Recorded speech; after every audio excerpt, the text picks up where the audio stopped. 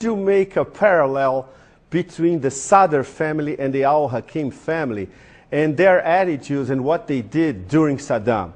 I mean, the split really was that the al-Sadr family stayed on in Iraq, and their accusation against the al-Hakim was that they went to Iran. They were puppets of the Iranians, that the al-Hakim's political party, the Islamic Supreme Council of Iraq, was set up on Iranian initiative in 1982. This was during the Iran-Iraq War, because the Iranians thought if they defeated Saddam on the battlefield, they'd need an Iraqi government to install. So the al-Hakim were very dependent on the Iranians, and probably still are. Nobody quite knows what their relationship is.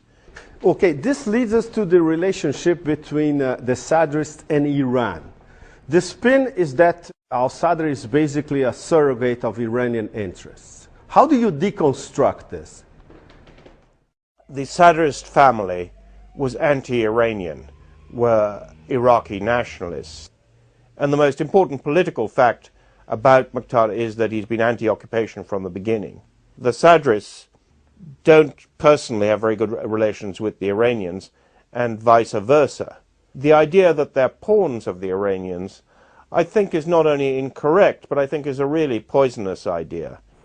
How do you explain, Patrick, that American political elites and the media as well, they always underestimated Muqtada al-Sadr's importance? I think they underestimated the strength of Iraqi nationalism, the extent to which the occupation was unpopular from the beginning. I think they were also misled by other Iraqi exiles.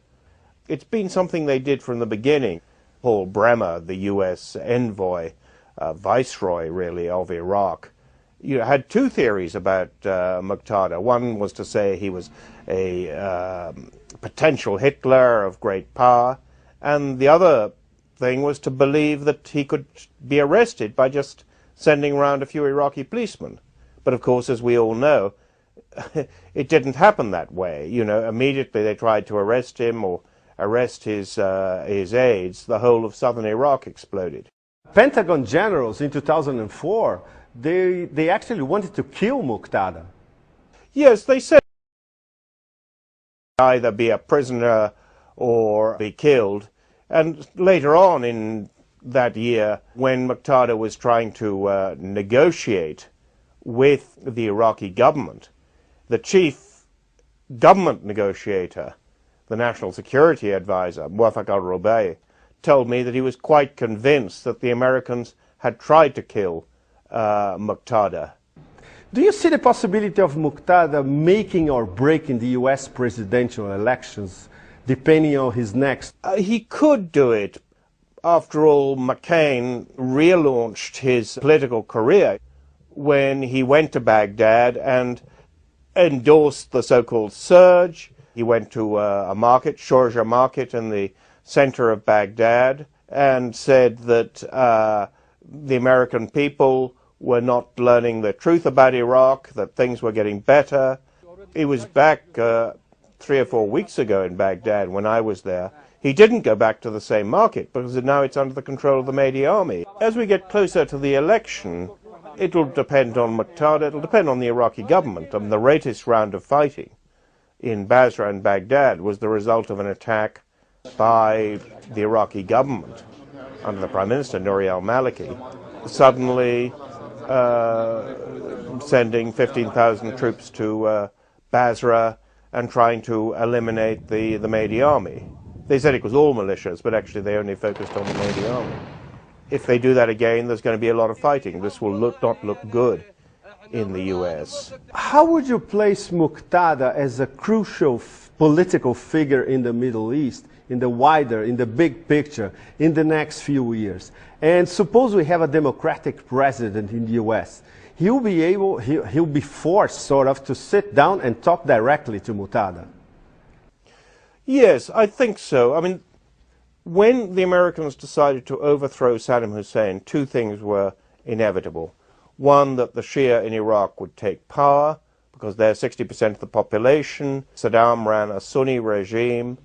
And secondly, religious parties were going to win that election. And Iran would become more influential in Iraq, because Saddam was their big enemy and they're also Shia. But there are limits to what the Iranians can do in Iraq.